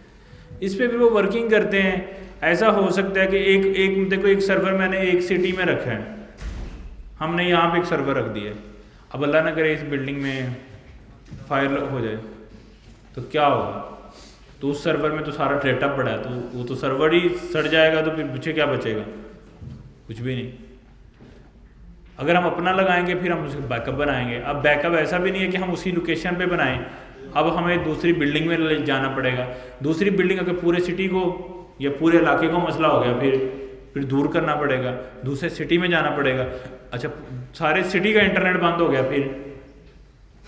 फिर दूसरे सूबे में जाना पड़ेगा, वहाँ से इशू हो गया, पूरे कंट्री के साथ इशू हो गया, फिर दूसरे कंट्री में जाना पड़ेगा। तो अब इन्होंने क्या किया हुआ है, जो बड़ी कंपनीज हैं, इन्होंने डिफरेंट डिफरेंट कंट्रीज़ के अंदर डिवाइड करके डाटा सेंटर्स बनाए हुए हैं, और सेम डाटा की कॉपी हर कंट्री में रखे हुए होंगे फॉर बैकअप, कि अगर पूरा एक डाटा सेंटर गूगल का किसी एक्स लोकेशन पे उस जल जाता है A to Z, फिर भी हमारे डाटा को कुछ भी नहीं होगा, क्योंकि वो डाटा की कॉपीज कर देते हैं और स्टोर करते हैं हर एक डाटा सेंटर में। अब खुद से सोचो कि इस चीज़ का हमें फिर कितनी कॉस्ट आएगी। हम एक डाटा को स्टोर करने की कॉस्ट है और उसकी 15 कॉपियाँ स्टोर की हुई हैं, उसकी कितनी कॉस्ट है? डबल ट्रिपल कॉस्ट हो जाएगी। क्योंकि देखो ना, एक से भी वही काम होना है, एक और बनाया उसमें भी सेम काम हो रहा है, सेम कॉपी है डाटा की, लेकिन लोग तो उसके लिए भी चाहिए ना मैनेजमेंट में, तो उसकी भी कॉस्ट आएगी। तो इन्होंने जो काम किया हुआ है ना बड़ी कंपनीज ने, हम इनके साथ कम्पीट नहीं कर सकते। ये बड़ी कंपनियां ही एक दूसरे से कम्पीट कर सकती हैं इस गेम में। लेकिन जो डाटा सिक्योरिटी है उसका तो रिस्क रहता है ना, लाइक जैसे हमारा नादरा का डाटा है वो तो हम गूगल को नहीं दे सकते। हाँ, ये एक सेपरेट कंसर्न है, ये एक सेपरेट कंसर्न है कि हम कुछ प्राइवेट डाटा था, जैसे हमारी आर्मी का डाटा होता है या हमारे नादरा का डाटा है या कोई स्पेसिफिक केसेस हैं ऐसे, उनका डाटा हम पब्लिक नहीं कर सकते हैं। उसकी रीज़न क्या है कि अल्टीमेट वो डाटा सेंटर किसी ना किसी कंट्री में है, जिस कंट्री में हम वो डाटा एक्सेस कर सकता है। यूजुअली ये कंपनी कहती तो ऐसी है कि हम डाटा शेयर नहीं करते, लेकिन अल्टीमेट ये करते हैं। तो उस केस में हमें प्राइवेट क्लाउड लगाने ही पड़ते हैं। सिक्योरिटी रिस्क में फिर उसके लिए फिर फंड्स हम ज़्यादा लगाते हैं इन शॉर्ट। तो ऐसे चीज़ों के लिए हम अपने सर्वर खड़े करते हैं, उस पर नेटवर्क इंजीनियर भी हायर करते हैं, सारी चीज़ें। लेकिन वो एंड यूज़र नहीं है ना, वो पूरी एक गवर्नमेंट है, तो गवर्नमेंट के बाद पूरी इन्वेस्टमेंट है जो हम टैक्सेस देते हैं, उसमें से वो एक्चुअली ये चीज़ें भी मैनेज कर रहे होते हैं। नो डाउट वो अच्छे से नहीं कर रहे हैं, लेकिन वो कर रहे होते हैं, मतलब वो सारी चीज़ें। लेकिन वो उस लेवल पे नहीं कर सकते ना ये जिस लेवल पे गूगल कर रहा है, क्योंकि गूगल में प्रोफेशनल ज़्यादा हैं, हमारे यहाँ प्रोफेशनल थोड़े से लिमिटेड हैं। लेकिन अल्टीमेट जैसे कुछ सिक्योरिटी रिस्क की वजह से हम प्राइवेट डाटा तो यूजुअली मैनेज करते ही हैं, उसके बगैर काम नहीं होता। लेकिन वो हमारे जैसे एंड यूज़र जो हम सॉफ्टवेयर बना रहे हैं इनके लिए नहीं है, वो फिर ये यूजुअली बड़ी गवर्नमेंट ही सिर्फ ये काम कर सकती है। तो जो हम प्राइवेट कंपनी सारी चीज़ें मैनेज कर रही होती हैं, वो सर्वर काम ही करते हैं। या फिर हम ऐसा भी कर सकते हैं, कुछ ऐसा भी कंपनीज हैं जो लोकल कंट्री की कंपनीज हैं जिन्होंने डाटा सेंटर्स बनाए हुए हैं, छोटे छोटे हैं, बड़े नहीं हैं ज़्यादा, वो सस्ते में सर्विसेज दे देते हैं और फिर उसमें ये रिस्क भी नहीं होता कि हमारा डाटा अदर कंट्री में जाएगा, उसी में रहेगा, क्योंकि उसी के सर्वर से डाटा आ रहा है। लेकिन फिर उसकी सर्विस एक कंपनी जो लोकल कंट्री में मैनेज कर रही है डाटा सेंटर और गूगल, उन दोनों का किसी भी तरह से कंपटीशन नहीं है ना, क्योंकि वो कंपनी वेल स्टैब्लिश है, उसके रिसोर्सेज वेल स्टैब्लिश हैं, चीज़ें वेल स्टैब्लिश हैं, सो ऑन। अच्छा, यहाँ तक बात समझ आ गई आपको कि फ्रंट एंड है, बैक एंड है और डेटाबेस है। अब बैक एंड का काम यूजुअली होता है जो फ्रंट एंड से रिक्वेस्ट आ रही है ना, उसको प्रोसेस करना और डेटाबेस को मेंटेन रखना और उसका आंसर दोबारा फ्रंट एंड को भेजना, ये बैक एंड का काम है। लेकिन ये सारा जो सॉफ्टवेयर है, अब वो एक लार्ज यूज़र है, बहुत सारे यूज़र आ गए, परफॉर्मेंस देखनी है, सिक्योरिटी देखनी है, सो ऑन, माइक्रो सर्विसेज में जाना है, बट वो एक लार्ज जर्नी है। लेकिन ये सारा सिस्टम जो है ना, वो विदाउट इंटेलिजेंट सोल्यूशन है, यानी इसमें कोई इंटेलिजेंट चीज़ नहीं हो रही है, कुछ भी इंटेलिजेंट नहीं हो रहा इसके अंदर। तो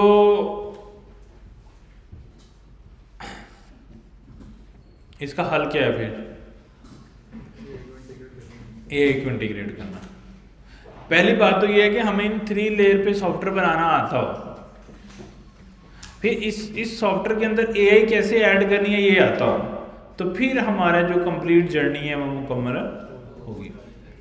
तो यूजुअली जो एआई हम लगाते हैं ना, वो इस वाली लोकेशन पे लगाते हैं बैकएंड पे। जितनी भी एआई होती है ना, एआई एक कंपोनेंट है, लेकिन सॉफ्टवेयर स्टिल 3 लेयर आर्किटेक्चर पे चल रहा होता है, फ्रंट एंड, बैक एंड और डेटाबेस। देखो अब जैसे आप चैट जीपीटी यूज़ करते हो, तो जो आपको फ्रंट व्यू नज़र आ रहा है वो फ्रंट एंड ही है। वो बैकएंड को क्या करता है, रिक्वेस्ट जनरेट करता है, बैकएंड उसको क्या करता है, रिस्पॉन्स ला कर देता है। अब लेकिन वो इंटेलिजेंट रिस्पॉन्स है, तो इसका मतलब कि बैकएंड के कंपोनेंट के अंदर ही उसने क्या किया हुआ है, एआई इंटीग्रेट की हुई है या एआई लगाई हुई है, जो इंसानों की तरह सोचती है, समझती है, जवाब देती है। लेकिन इसका मतलब है कि आप एआई का सॉफ्टवेयर बनाने के बावजूद एआई आपने पूरा बना दी, लेकिन आपको ये तीनों चीज़ें तो फिर भी करनी ही पड़ेंगी, फिर ही एक सॉफ्टवेयर मुकम्मल सॉफ्टवेयर होगा। अदरवाइज जैसे चैट जीपीटी है, अब वो जब मैं जाता हूँ तो मुझे पुरानी ही सारी चैट दिखाता है या नहीं, इसका मतलब उसने कहीं स्टोर की हैं और परमानेंट स्टोर की हैं, इसका मतलब उस पर डेटाबेस है। अगर डेटाबेस है तो इसका मतलब उसमें बैकएंड है, और फ्रंट एंड तो हम ऑलरेडी यूज़ कर रहे हैं। अब आपको मैं ये दिखाता हूँ कि फ्रंट एंड बैक एंड से जब रिक्वेस्ट करते हैं रिस्पॉन्स उसका शेप क्या होती है। हम चैट जीपीटी को कर लेते हैं। अब ये चैट जीपीटी क्या है, हमारा front end of the software है, सही है। अब मैंने इसको रिफ्रेश किया तो इसने सारी हिस्ट्री मुझे ला के दे दी है। अब मैं इसको कहता हूँ कुछ भी हाय, वो मुझे एक न्यू चैट बोल देगा और इसने इतना सा जवाब मुझे दे दिए। लेकिन ये चीज़ जब जो ये इसका जो फ्रंट व्यू है, ये फ्रंट एंड है, मेरी मशीन में चल रहा है, मेरी मशीन में चल रहा है ना। अब जब मैंने जो हाई किया है इसको, ये रिक्वेस्ट गई है बैकएंड को, बैकएंड ने प्रोसेस करके मुझे ये वाली चीज़ दी है जो मुझे फ्रंट एंड पे दोबारा नज़र आई है, और ये चीज़ परमानेंट भी स्टोर हो गई है। आप इसको इंस्पेक्ट करोगे और नेटवर्क टैब पे जाओगे, ठीक है, किस पे जाओगे, और इसको क्लियर कर दोगे। मैं कहता हूं हेलो, और जैसे मैं इस बटन पे क्लिक करता हूं तो क्या होगा, ये देखिए, ये सारी क्या हुई हैं, ये फ्रंट एंड ने बैक एंड को रिक्वेस्टें दी हैं, जिसमें से एक रिक्वेस्ट आपको ये कन्वर्जेशन के नाम से शो हो रही है। इसमें आपको ये कुछ प्रिपेयर करके गया है, कुछ टी करके गया है, सक्सेस, ये कुछ काम हो रहा है, लेकिन अल्टीमेटली कन्वर्सेशन में कुछ सीन हुआ है। मैं दिखाता हूँ आपको वो क्या है। हमने उसको बोला है, हमने उसको बोला था हेलो, उसके बाद उसने हेलो के बाद हाय भी बोला, सॉरी हेलो भी बोला था उसके बाद। अच्छा, उसके बाद उसने क्या किया है, रिस्पॉन्ड करना शुरू किया है डिफरेंट फॉर्मेट में। जैसे उसने ये ओ भेजा है, अप भेजा है, कुछ चीज़ों को उसने मिक्स किया है, तो यानी कुछ प्रोसेसिंग हुई है और उसके अगेंस्ट डाटा मुझे आया है अल्टीमेट। तो एक रिक्वेस्ट हुई है, ऐसे पेलोड हुआ है, और उसका रिस्पॉन्स मुझे इस तरह से रिसीव हुआ है। और ये इवेंट स्ट्रीम में आप जाओ तो उसकी आउटपुट भी आप देख सकते हो। तो इसको थोड़ा सा मैं बड़े वाला सीन करता हूँ। जैसे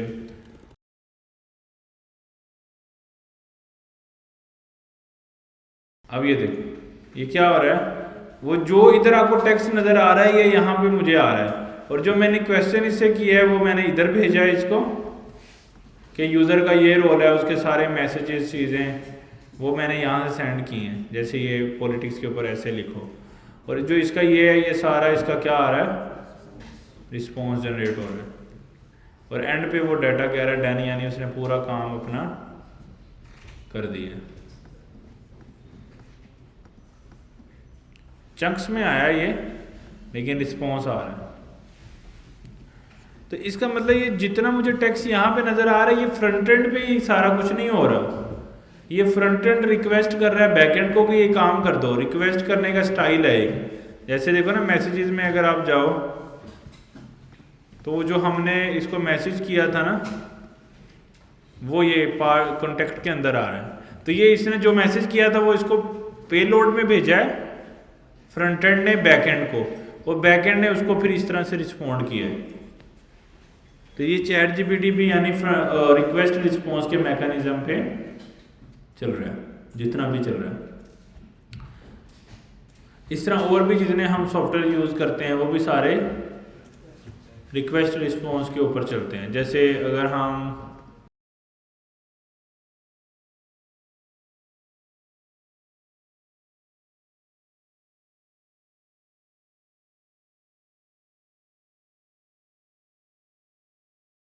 यानी हमने फ्रंट व्यू से इसको रिक्वेस्ट की,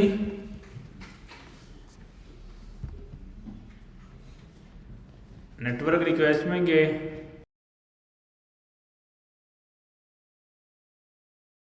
और रिस्पॉन्स के अंदर हमें इस तरह से जवाब आ रहा है। यानी हमने रिक्वेस्ट की ये काम करना है इधर, और रिस्पॉन्स में उसने इस तरह से डाटा मुझे दिया। अब ये डाटा कहाँ से लेके दे रहा है? डेटाबेस में से। जब भी जैसे हम फेसबुक ओपन करते हैं तो मुझे सारी अपनी पोस्टें नज़र आ रही हैं, वो कहाँ से आती हैं? डेटाबेस के अंदर से आती हैं। समझ आई? वो कहाँ से आती हैं? डेटाबेस के अंदर से आती हैं। तो अभी तक जो हमने बात समझी उसको अगर हम सम अप करें, एक सॉफ्टवेयर 3 लेयर पे चल रहा होता है, फ्रंट एंड, बैक एंड और डेटाबेस। फ्रंट एंड हमेशा बैक एंड को रिक्वेस्ट करता है कोई काम करने के लिए, और बैक एंड कोई भी डाटा जो फ्रंट एंड को चाहिए वो डेटाबेस में से लेता है, और जो भी वो डाटा नया जनरेट करता है वो भी डेटाबेस के अंदर स्टोर करता है। तो बैक एंड का मेन रोल ये होता है डेटाबेस की मैनेजमेंट करना, लॉजिक्स परफॉर्म करना, डेटाबेस की मैनेजमेंट परफॉर्म करना, ये डेटाबेस का रोल होता है। बैकएंड का रोल होता है और डेटाबेस में सारा डाटा हम स्टोर करते हैं। अब बैकएंड को अगर हमने इंटेलिजेंट बनाना है तो हम उसमें एआई लगा सकते हैं, लेकिन वो बैकएंड का ही पार्ट होती है यूजुअली, वो बैकएंड का ही पार्ट होती है एआई, लेकिन बाकी का सारा सॉफ्टवेयर इसी मैकेनिज्म के ऊपर चल रहा होता है। तो अब हमने करना क्या है? अब अगर हमें सॉफ्टवेयर बनाना है तो हमें थोड़ा फ्रंट एंड आना चाहिए, थोड़ा बैकएंड आना चाहिए, थोड़ा डेटाबेसेस आने चाहिए, और फिर बैकएंड के अंदर एआई आनी चाहिए। तो फिर हम एक कंप्लीट डेवलपर बन सकते हैं। अच्छा, अब ये काम करना इंतहाई आसान है, आसान हो गया है। वो क्यों हो गया? क्योंकि फ्रंट एंड, बैक एंड और डेटाबेस, इसमें एआई एजेंट्स जो हैं वो हमें ये काम करने में मदद कर रहे हैं। पहले ये काम फ्रंट एंड का कोड मैं लिखता था, अब एआई खुद ही फ्रंट एंड का कोड लिख रहा है। एआई ड्रिवन हो गया ना सब।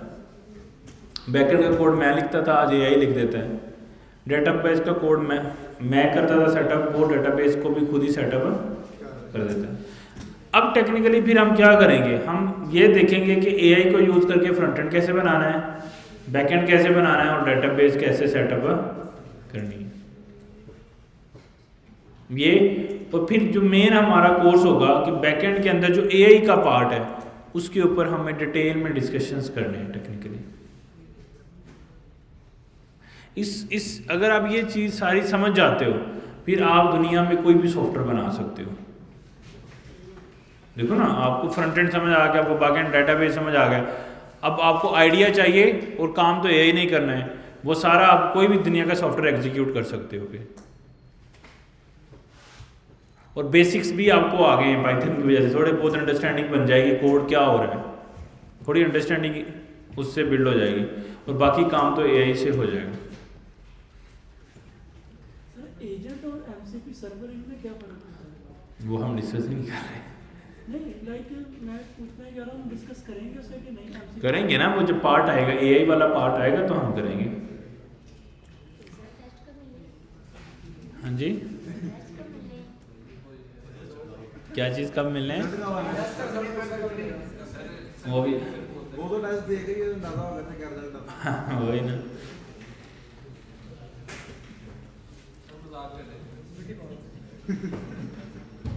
इसलिए हमने इसका भी सॉफ्टवेयर बना दिया है ताकि पेपर पे ना हो, सॉफ्टवेयर में उसी वक्त आपके सामने रिजल्ट आ जाए। देखो ना आप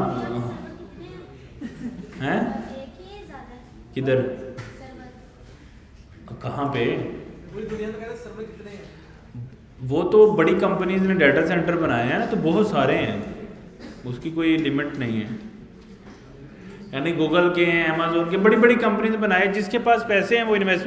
जैसे देखो मैं घर ले सकता हूँ बहुत सारे और उसको रेंट दे सकता हूँ, मैं कोई डाटा सेंटर ले सकता हूँ, बना सकता हूँ और उसको रेंट दे सकता हूँ, समझ रहे हो। मैं इस तरह की लैब बना के उसको रेंट दे सकता हूँ। तो ये जिसके पास पैसे होते हैं वो सर्वर मतलब सेटअप पूरा डाटा सेंटर बना सकता है, उसमें बहुत सारे सर्वर होते हैं, उसको फिर वो रेंट पे देता है और उसको फिर पे मतलब एक ऐसी स्टेडी इनकम है जो बड़ी इजीली आपको आती रहती है ना, क्योंकि लोग यूज़ करते रहते हैं सर्वर और आपको गैर किसी काम की डिजिटली पेमेंट्स आते रहते हैं।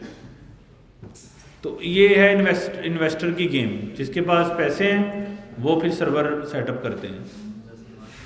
तो वो जिसके पास अच्छे पैसे हैं वो एक सर्वर सेटअप मतलब एक डाटा सेंटर बना ले तो उससे वो अच्छी सिस्टम का, लेकिन ये कोई डाटा सेंटर छोटा मोटा काम नहीं है, मतलब $1 बिलियन की गेम है, उससे फिर अच्छे डाटा सेंटर्स जो बनते हैं।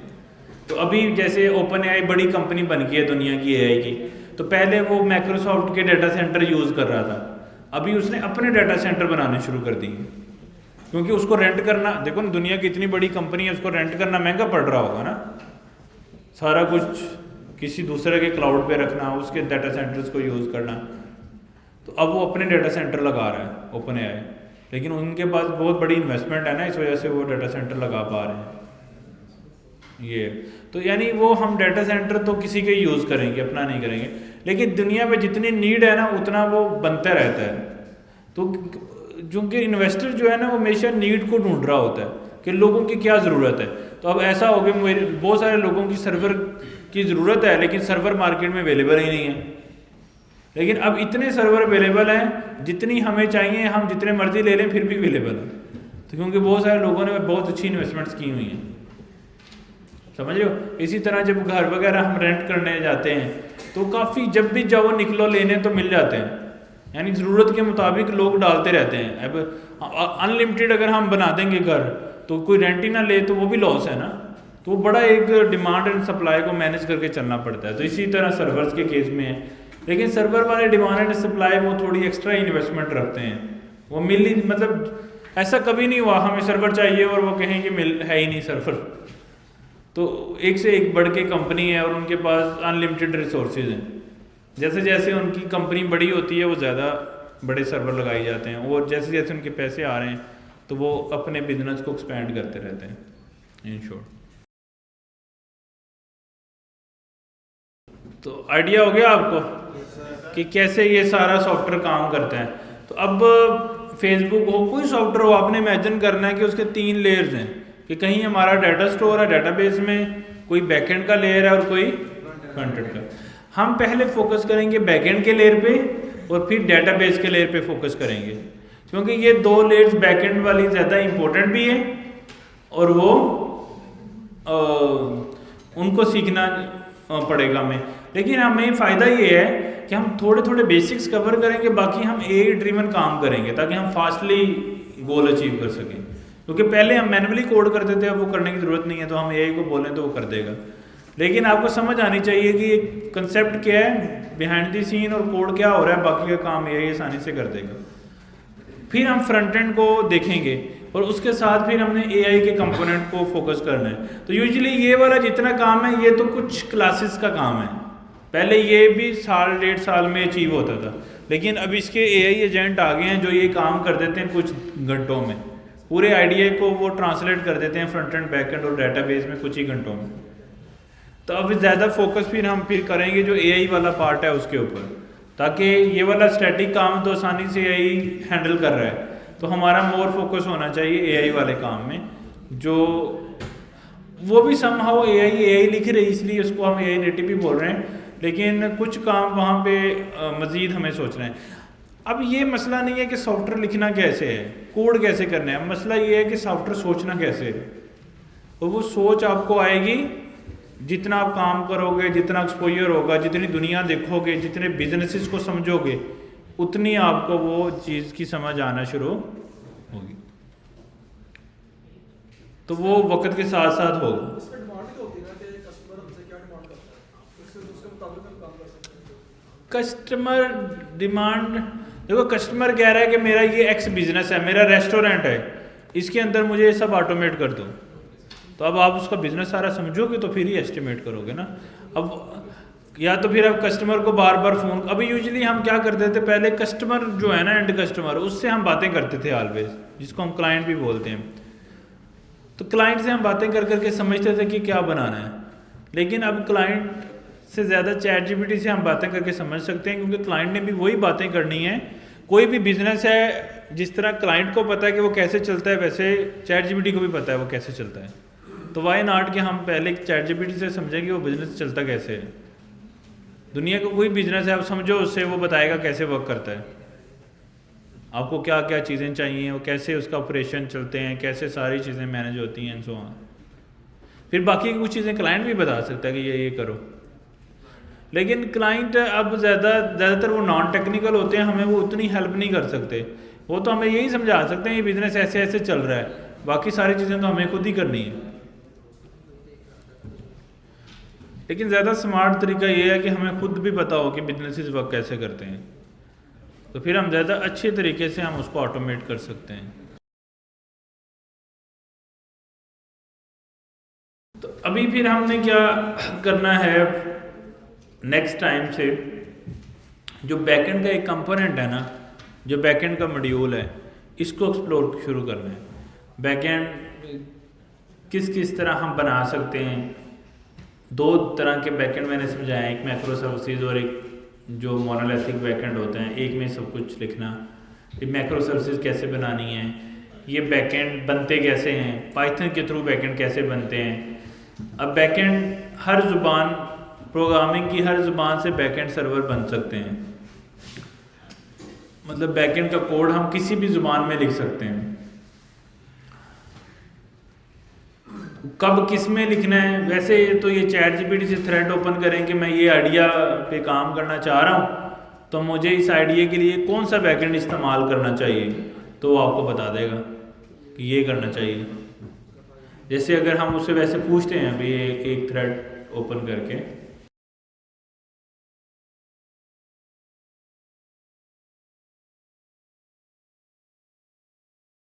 बेस्ट डिफ़ॉल्ट चॉइस वगैरह इसमें जाओ, fast APM best for clean performance के लिए इसमें जाओ, मतलब हर लैंग्वेज में कर सकते हो ना।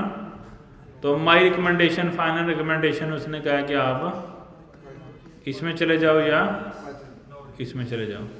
तो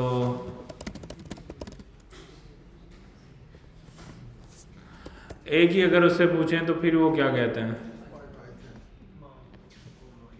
ठीक है, यानी वो उसी से हमने पूछ लिया ना। तो वो कह रहा है पाइथन फास्ट एपीआई में जाओ बनाओ टेक्निकली। अभी चूँकि हम टू डू एप्लीकेशन, एक सादा एप्लीकेशन, हम एक कम्प्लेक्स एप्लीकेशन का नाम लेते हैं, अगर हमने फलां बिल्ड करना है तो give me a database, sorry कौन सा बैकएंड यूज़ करना चाहिए, तो वो बता देगा फलां यूज़ करें। तो खुद भी सोचने की ज़रूरत नहीं है। पहले अब ये बात, चूँकि चैट जीपीटी से पहले ये बात एक्सपीरियंस्ड डेवलपर्स बताते थे कि इस वाले सॉफ्टवेयर के लिए आपको कौन सा बैकएंड इस्तेमाल करना चाहिए। अभी तो चैट जीपीटी है वो बता रहा है। इवन अगर आप उसको नहीं भी बता दे एआई को और उससे बनवाना शुरू कर देते हो, तो जो भी बेस्ट है उसको उस पर बनाना शुरू कर देगा, ठीक है। तो अभी हम नेक्स्ट क्या करेंगे, एंटी ग्रेविटी को यूज़ करके अभी जो इसने चूज़ किया है पाइथन फास्ट एपीआई, तो पाइथन तो हमें आती है ऑलरेडी, तो फास्ट एपीआई हमें थोड़ी सी अंडरस्टैंडिंग बनानी है कि कैसे चलती है। कोड लेवल पे याद करने की ज़रूरत नहीं है इतनी, क्योंकि वो एक तो वो पाइथन ही है जो कोड है, और दूसरा उसका थोड़ा बहुत सिंटैक्स अगर हम सीख जाते हैं हल्का सा तो चलेगा। बाकी हम सिर्फ प्रॉम्प्ट देंगे वो काम होगा, प्रॉम्प्ट देंगे काम होगा, इस तरह से मैनेजमेंट करेंगे उसकी, ठीक है। तो एआई ड्रिवन फास्ट एपीआई कैसे सीखनी है टेक्निकली, हम उस पर बात कर रहे होंगे। तो हम इंशाल्लाह इसको नेक्स्ट टाइम से शुरू करेंगे, नेक्स्ट वीक से, और उसमें हमारा फोकस ये होगा कि हम फास्ट एपीआई को पढ़ें। और इस डायग्राम को आपने याद रखना है, पहले हम इस मॉड्यूल को अच्छा करेंगे, फिर हम इस मॉड्यूल पे आ जाएंगे, इसको अच्छा करेंगे, ठीक है। और जो भी ऑप्शंस हैं इन दोनों में वो एक्सप्लोर करेंगे। फिर ये रिक्वेस्ट रिस्पॉन्स का मैकेनिज्म कैसे चलता है इसको सीखेंगे। फिर ये फ्रंट एंड का थोड़ा सा एआई से AI driven front end generate कराएंगे, फिर इस बैकएंड से कनेक्ट करेंगे रिक्वेस्ट रिस्पॉन्स के फॉर्मेट में। तो एक स्टैटिक सॉफ्टवेयर जो पहले चलते थे वो हम बना लेंगे, ठीक। ठीक है, पहला टारगेट हमारा ये है जो पहले सॉफ्टवेयर चलते थे, ताकि आप किसी भी बिजनेस का सॉफ्टवेयर बना दो, इससे इतना आप करके आप कोई भी सॉफ्टवेयर बना सकते हो। ठीक है, फिर सेकंड पार्ट में हम फोकस क्या करेंगे, एआई के अंदर आके इस वाले मॉड्यूल में आके इसका सब कंपोनेंट में काम करेंगे, और डेट इज कॉल्ड एआई।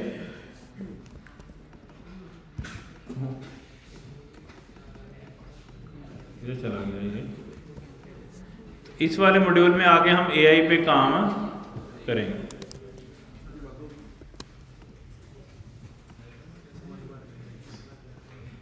ऐसे तो एआई में हम फिर देखेंगे कि एआई क्या है, उसमें क्या क्या चीज़ें होती हैं, मॉडल कैसे वर्क करते हैं, एलएलएम कैसे काम करते हैं, एजेंट कैसे काम करते हैं, वो सारी चीज़ें।